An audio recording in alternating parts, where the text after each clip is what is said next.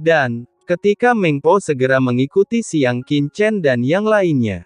Dalam kehampaan, sosok Qin Chen terus terbang, dia mengaktifkan jantung ruang, dan fluktuasi ruang yang tersisa dimanapun dia lewat dengan cepat ditekan olehnya, tidak meninggalkan jejak.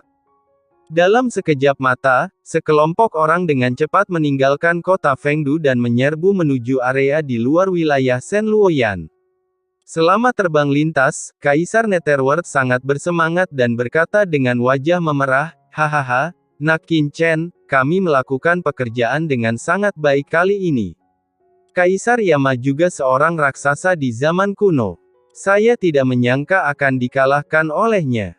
Kami akan membunuhnya di sini, haha, sangat bahagia, sangat bahagia."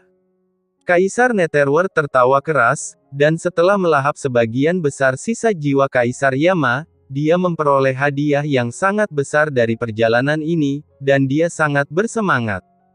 Awalnya, dengan pengetahuan dan kekuatannya sebagai 4 Kaisar Agung, dia seharusnya tidak membuat keributan seperti itu. Tapi Qin Chen tidak tahan karena rencananya yang padat. Dia sudah bisa membayangkan seperti apa ekspresi Kaisar Yama dari Aula ke-10 ketika dia menerima kabar bahwa kota Fengdu telah dihancurkan dan Kaisar Yama telah jatuh. Biarkan Istana Neraka ke-10 mengincarnya di Gunung Huangquan untuk melihat apakah dia berani meninggalkan sarangnya di masa depan. Ketika Qin Chen mendengar ini, dia melirik Kaisar Yuming dan berkata dengan tenang, "Yuming, bagaimanapun juga, kamu adalah salah satu dari 4 Kaisar Agung di masa lalu. Kami baru saja membunuh Kaisar Yama. Apakah kamu harus begitu bersemangat? Itu hanya pembunuhan. Hanya Kaisar Yama." Kaisar Netherworld melotot, "Nak Qin Chen, apa yang kamu tahu? Kaisar Yama, Po Meng, dan Kaisar Yama dari Istana ke-10 adalah salah satu dari 3 raksasa di dunia bawah, dan mereka adalah monster tua yang telah hidup bertahun-tahun. Terlebih lagi, dia masih di bawah komando Aula ke-10 Kaisar Yama. Meskipun aku bisa membunuhnya dengan kekuatanku saat itu, mustahil untuk benar-benar melakukannya. Bukankah begitu tahu berapa banyak fluktuasi yang akan ditimbulkan oleh kejatuhannya di dunia bawah?" Kaisar Netherworld berkata berulang kali, menggelengkan kepalanya. Qin Chen ini terlalu naif dan muda. "Haha, monster tua apa?" Qin Chen mencibir, "Mengapa kamu tidak membunuhku saja?" Qin Chen berkata sambil menepuk bahu Kaisar Netherworld, penglihatanmu masih terlalu rendah, itu benar, kamu berada di posisi yang tinggi. Saya terbiasa duduk dan damai. Saya akhirnya mengerti mengapa Anda jatuh dan kehilangan seluruh energi Anda. Anda hanya Molly, bukankah begitu?" Setelah mengatakan ini, Qin Chen segera dia berbalik untuk melihat Molly sambil tersenyum. Kelopak mata Molly bergerak-gerak. "Sial, apa maksud Qin Chen?" Tapi wajahnya tenang dan dia mengangguk, "Qin Chen, kamu benar. Sebagai manusia, tidak masalah jika kita tidak memiliki kekuatan.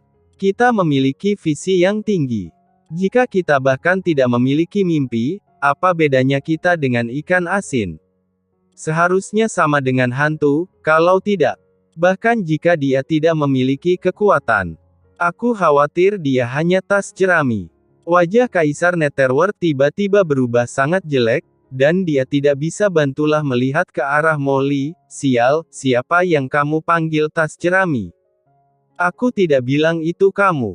"Molly." Li mengerutkan kening. Kamu begitu sombong setelah menerobos Kaisar Agung. Tahukah kamu bahwa di masa lalu, untuk orang sepertimu, aku akan musnah dalam hitungan menit." Molly tersenyum dan berkata, "Kamu bilang kamu ada di sini. Sudah lewat." Petik 2. "Kamu." Kaisar Netherworld gemetar karena marah. "Oke," kata Qin Chen, mengangkat tangannya untuk menghentikan pertengkaran di antara keduanya. Dia mengerutkan kening dan merasakan kekosongan di belakangnya, mempercepat kecepatannya, dan terbang dengan hati-hati, seolah dia sedang merenungkan sesuatu. Kaisar Netherworld dan Molly saling memandang, mendengus dingin, dan berhenti berbicara. Merasakan suasana canggung antara kedua pihak, Kaisar Simei mau tidak mau mengambil inisiatif dan berkata, "Tuan, kemana kita akan pergi sekarang? Apakah Anda perlu bertanya?" Kaisar Netherworld langsung menyela dan berkata dengan penuh semangat, "Kita punya dua pilihan sekarang. Pertama, kita harus bersembunyi di laut kesengsaraan abadi dan berkonsentrasi untuk menyempurnakan Kaisar Yama. Setelah kekuatan kita meningkat, kita kemudian dapat menemukan cara kembali ke Gunung Huangquan dan melarikan diri dari badai ini. Atau, kita harus mencari tempat lain untuk bersembunyi. Bangunlah, tapi sekarang tidak banyak tempat di seluruh dunia bawah yang bisa lolos dari pencarian Kaisar Neraka Istana ke-10 dan Kaisar Dunia Bawah 5 Gunung. Hanya ada beberapa rahasia terlarang alam yang memiliki peluang sekecil apapun." Kaisar Netherworld berkata dengan tegas, "Tetapi saya pribadi saran saya adalah kembali ke Laut Bencana Abadi. Tempat yang disebut paling berbahaya adalah tempat teraman. Aula ke-10 Kaisar Yama dan Kaisar Dunia Bawah 5 Gunung pasti tidak akan berpikir bahwa kita akan kembali lagi." Kaisar Dunia Bawah tampak bangga dan sangat percaya diri. Kaisar Simei dan Taiyin Mingnu keduanya mengangguk. Mereka telah memperoleh sejumlah besar kali ini, tetapi mereka belum sepenuhnya mencernanya.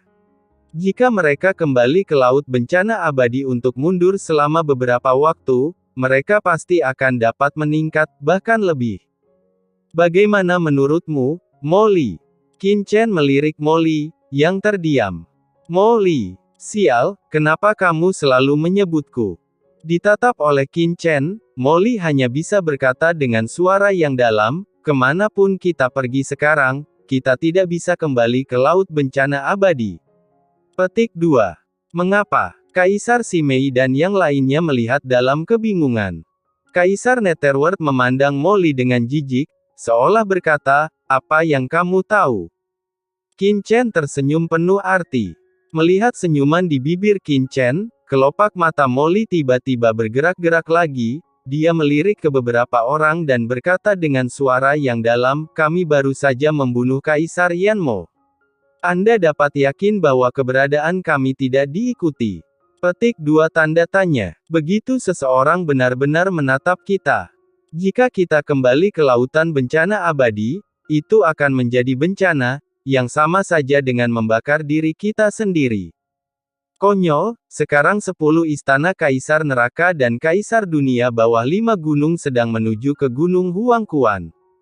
Siapa di dunia bawah ini yang bisa mengawasi kita? Kaisar Dunia Bawah tampak menghina.